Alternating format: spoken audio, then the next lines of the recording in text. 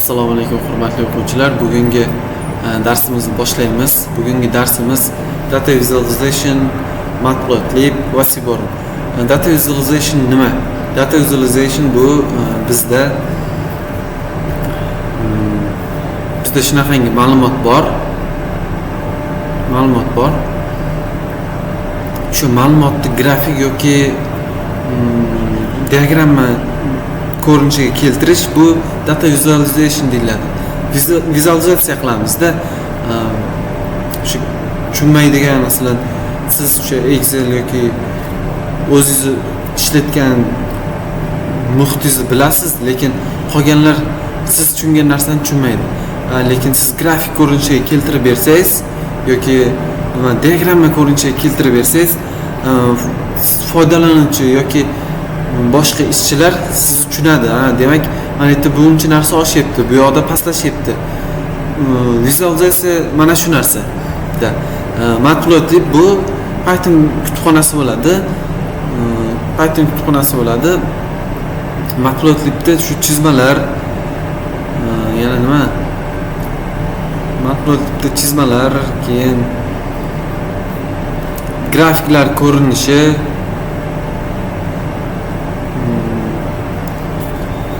grafik chizish uchun ishlatiladigan kutubxona. Shuning uchun biz Matplotlibdan foydalanamiz. Seaborn esa Matplotlibdan yaxshiroq, tezroq ishlaydi. Ham grafiklar bor, grafiklarni ideal tarzda chiqazib beradi. Shuning uchun bularni ikkalasini potensial ravishda ishlatib boramiz. Biz hozir men sizlarga tushuntirsam, hozir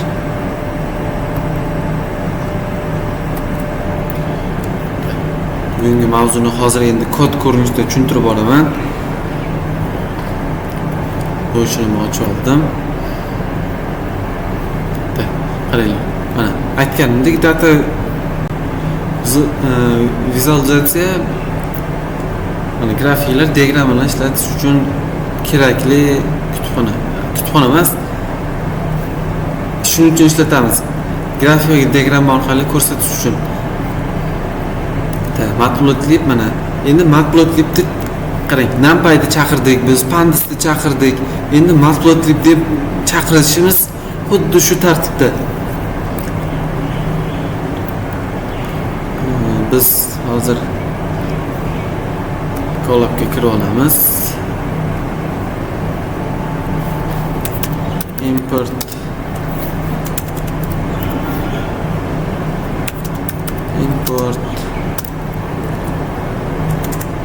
o'zi mana chiqaz taniydi. Matplotlib, Matplotlib pyplot mana. Buni run qilsak, mana run bo'ldi. Demak, biz Matplotlib kutubxonasini chaqirdik.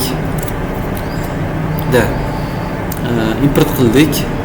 Endi uni ustida grafik chizishimiz kerak. Bu mana shu. Eng sodda ko'rinishini chizamiz. X-teng 1 2 3 4 5 shunaqamida 1 2 3 4 tadan ekan, mayli. Sizga farqi yo'q. Zo'r. Y teng 10 20 30 40 50.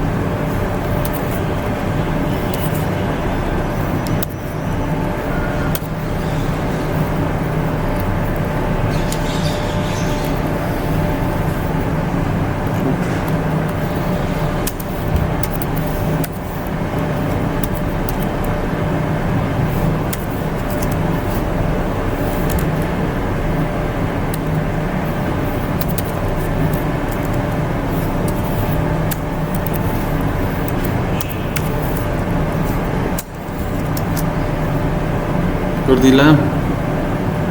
Ana chiqazib berdi. Build show qilsak, build show qolib ketdi. Build show.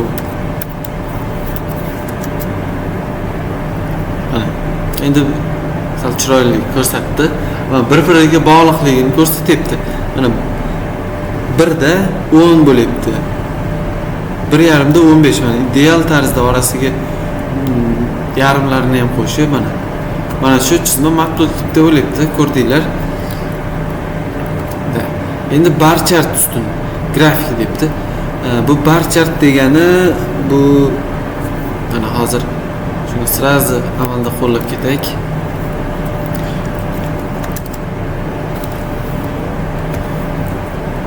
Va kutubxona qarang, boshida bitta chaqirdingiz-ku. Bu shart emas endi. Bu o'qiyveradi. Buni rang qilsangiz mana. Ko'rasizmi? Grafik ko'rinishda mana. Grafik ko'rinishda chiqyapti.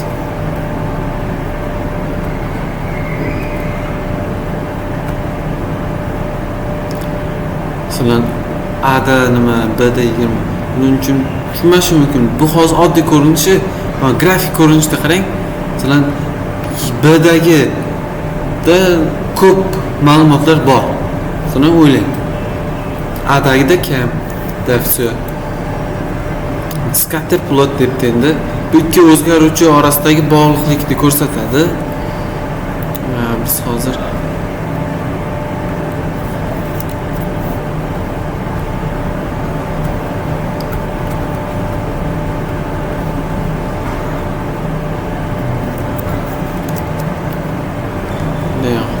chunki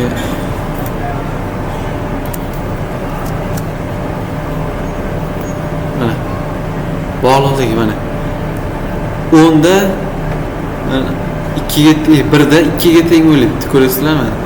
x1da mana bu nuqtani qo'yib beradi. Aynan o'sha joyga moslab mana 2da 4ga da mana shu narsa o'z scatter plot hisoblanadi. Endi Seborn nima dedik? Seborn ma'lumotlar bu matbuotlik asosida qurilgan kuchli vizualization kutubxonasi. Bu ham kutubxona aytdimi? Grafik chiroyli, dataset bilan ishlash oson.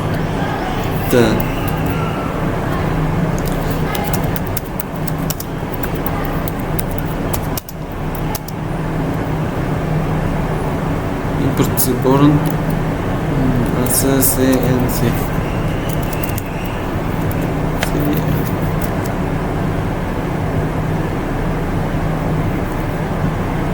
Bu hozir biz kutubxonani chaqirdik.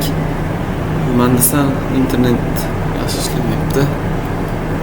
Bo'ldi mana. Qabul qildi, Seborn kutubxonasini chaqirdik.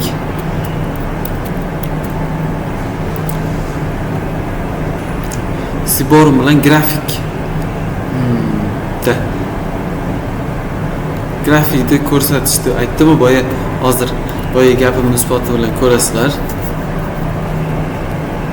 Bizga matbuotlik mana ikkalasi ham kerak emas. Sabab biz chaqirib bo'ldik, ikkala kutubxona yuqorida bor.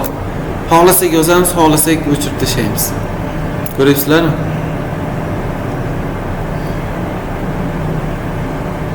Biz shu total bill degan hozir shu kutubxonani o'zida shunaqa dataset bor.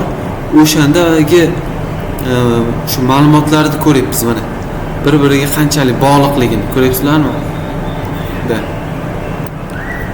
Shunaqa natija ko'rsatdi. Endi Instagram ma'lumotlar taqsimotini ko'rsatadi.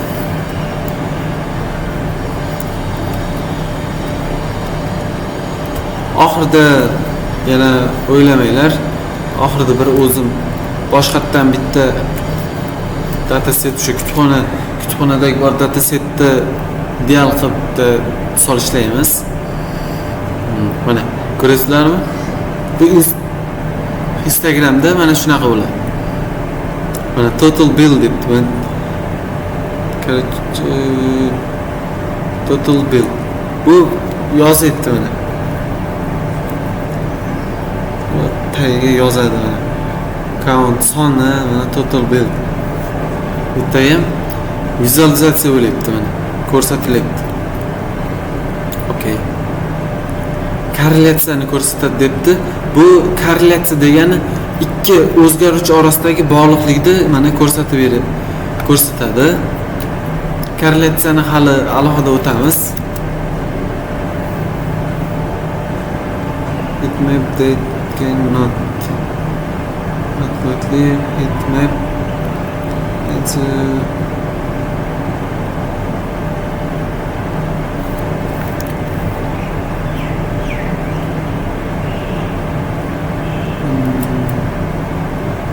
medicines heatmap and not.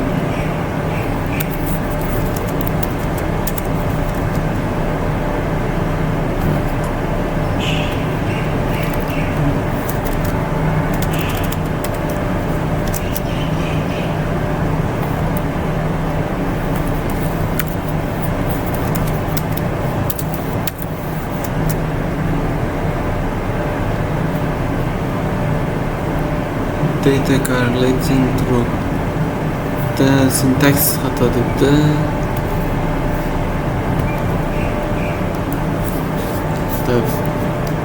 Bu yerda hozir bizda sintaksis xatoligini sababi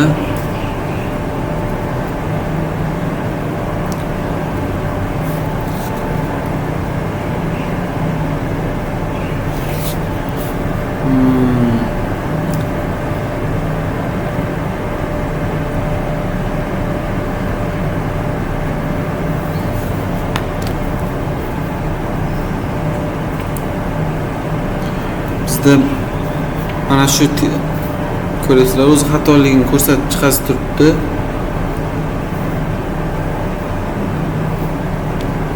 The correlate and not bo'lishi kerak. Uni virgul qolib ketgan, adashmasam. And not teng true. Endi shu o'xshamasa negadir sanasi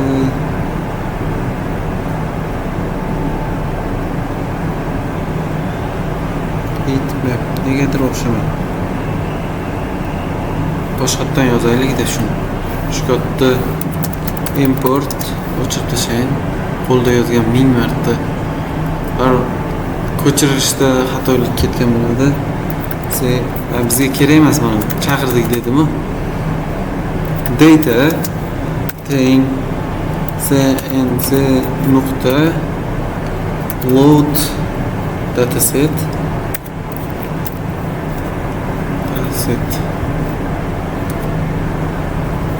tips datasetini mana yuklab load degani yuklamoq degani tips. Mana shu dataset yuklaymizda shunda hozir cnc deb heatmap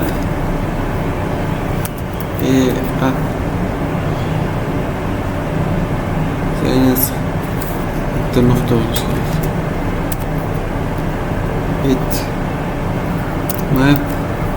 heatmap data correlation bo'ldi keyin and not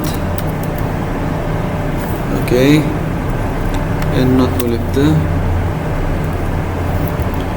teng true.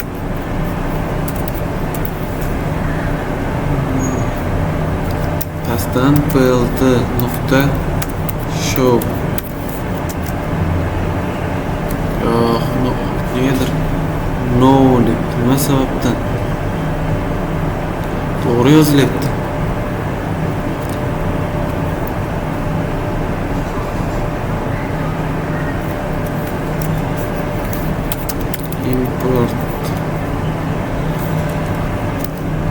import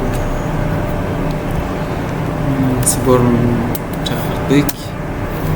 Import matplotlib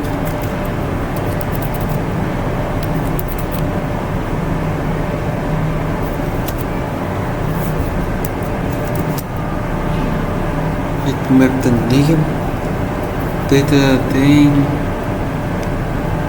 xatoligi yo'q.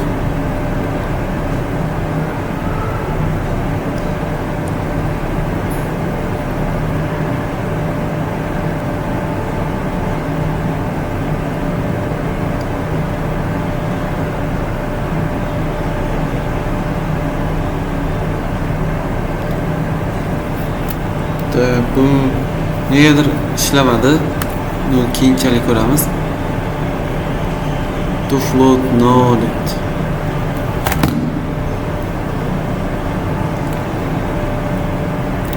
Tegmaydim. Qo'yilganda n-dan virgul qo'yilgan. Bu narsasi joyida. Mayli. Data visualization MLda muhimmi? Machine learningdan oldin datasini tahlil qilish, xatolarni ko'rish, bog'liqlikni aniqlash, shuning uchun visualization juda ham muhim. Endi dars uchun 5 ta savol. Mana data visualization nima? Matplotlib uchun nimalar? Matplotlib nima uchun ishlatiladi? Matplotlibda yana o'zingizlar mustaqil qanaqa funksiyalar bor, qanaqa nima grafik chiqarsa bo'ladi, o'shalar ustida amaliyot qilinglar. Seborn nima? Scatterplot nimani ko'rsatadi? Instagram nima uchun ishlatiladi? Shular ustida amaliy ko'nikmaga ega bo'linglar, ko'ringlar. Data visualization bo'yicha mana 10 ta mashq osondan to sal qiyinroqgacha. Qiynalmaysizlar, bularni ko'rsatdim mana. Da. Oson, juda ham oson. Bu barcha chizing mana. Scatterplot chizing. Seborn yordamida ters datasini yuklab, o'tol bil ustun uchun Instagram. O'ta ham oson. Quyidagi dataset uchun barcha bu bor edi. Yuqorida ahamiyat bergan masalalar bor edi. Shu amaliy ishlarni qilasizlar. Qanaqadir kamchilik, nimadir muammo bo'lgan bo'lsa, menga kommentariy orqali so'rov qoldirsanglar, men sizlarga bog'lanib muammoni hal qilamiz. Boya men va'da berganimda endi bitta misol ko'ramiz.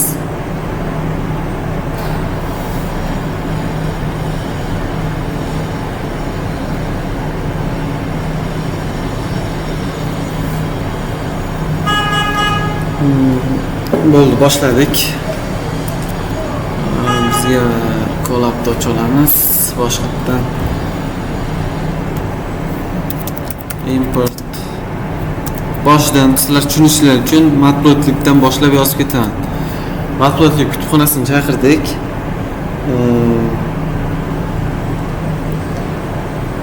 Yillar sari daromad qancha bo'lib borayotganini hozir hisoblaymiz. Yillar deymiz, yillar teng 2020 2021 2022 2023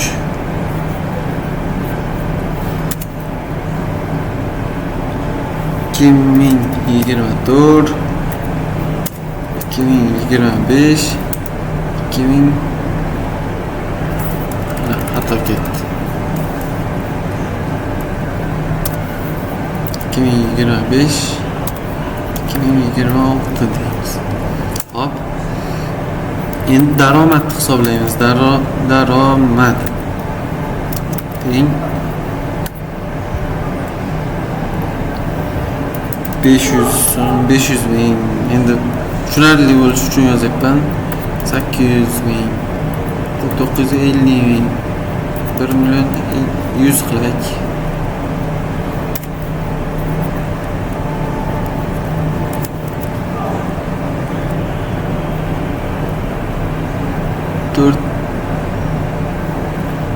Bunisini 1 million 500 qilamiz. Hop. Endi bo'ldi. Plt nuqta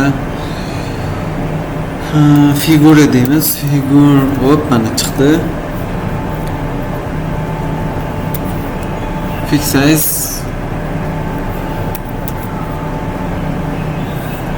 size deb biz hozir ko'rgan bo'lsalaring, ahamiyat bergan bo'lsalaring teng qildida 10 nechidir chiqazdi. Biz 8 u 5 chiqarsak ne bo'ladi?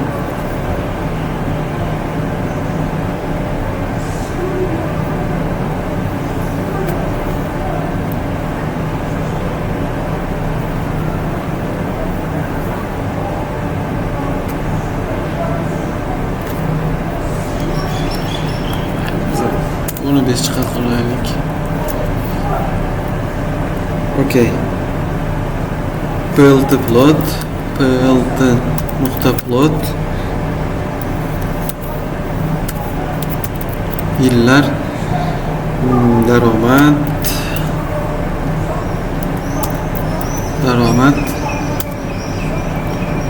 marker,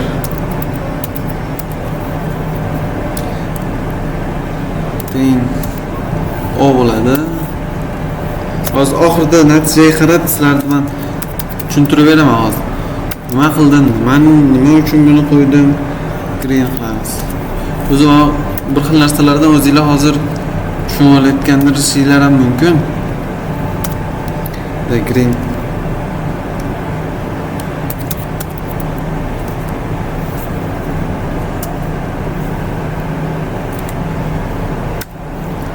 Yes.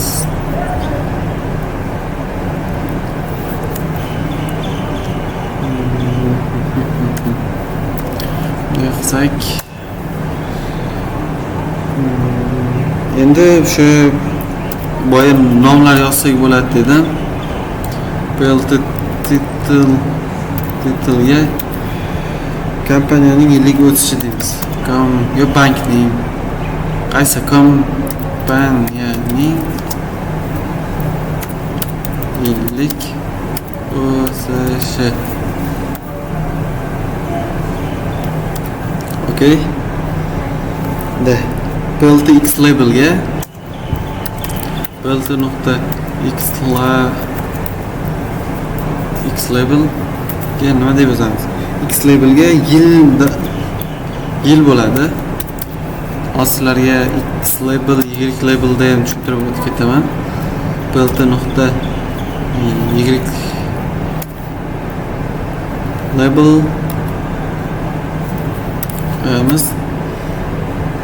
daromad.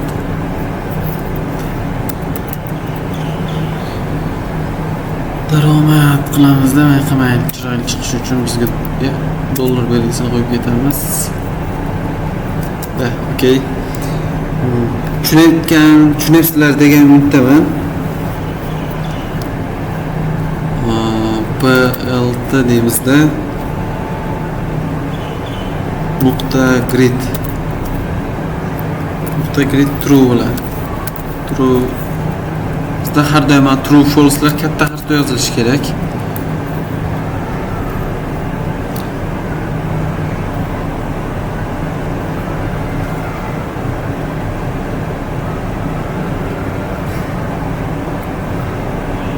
Endi PLT show qilsak natija chiqqanda PLT nokta show deymizda da bo'ldi. Okey. Bizda qaranglar. Nimalar qolib ketdi?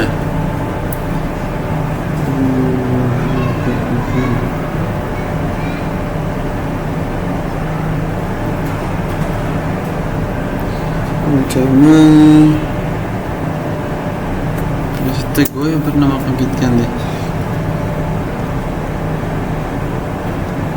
Kompaniyaning yillik o'sishi dedikda. Mana shu yozuvni sal kattartirsak, nima deysizlar? Font size deymiz. Font size teng 14 ga. Все. Bismillah deb chiqizamiz. Qayerda daromad Linstead mana bu yerda xato ketdi debdi. PLT plot yillar deb yozdik. Daromad to'g'ri. Marketing va color teng green.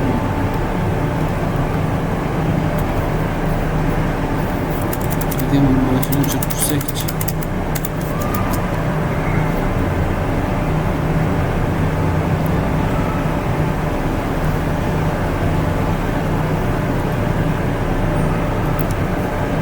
Yillar to'g'rimi? Yillarni yozdik. Daromad deb yozdik mana. Daromad to'g'ri yozdik. Marker buni ham to'g'ri yozdik.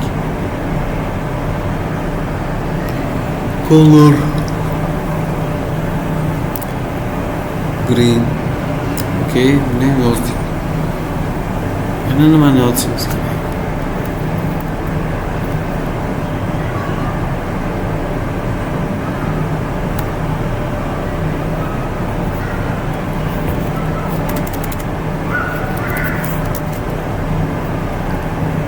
Bizda bitta xato bo'lyapti.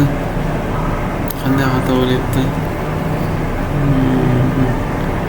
Large build title kompaniyaning funksiya. Shu ortida xato bo'lyapti deb-ku.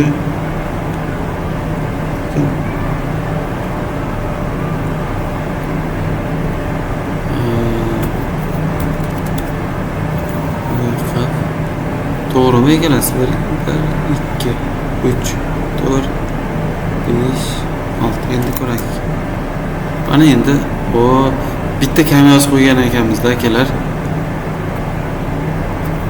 Endi qo'ysak chiroyli bo'ladi. Mana ko'rasizlarmi? Endi qaranglar. Boshidan tushuntirib o'taman. Mana bu o'lchamni kiritdik biz. 10.5 deb mana o'lchamni kirityapmiz. Mana 805 qilsak 8. Shunga moslab ko'rasizlarmi? O'lchamni chiqazib beryapti. Okey. 10.5 qilib qo'yaylik. Chiroyli chiqdi 10.5. Sizlar uchun ham yaxshi bo'ladi. Keyin qaysi biri? Fix size aytdim, color mana green dedim, yashilni chiqazib berdi. Yana nima? Mana font size, lens style'ga chiziqcha ko'rsatgan, chiziqcha bilan ko'rsatyapti. Da, mana shu.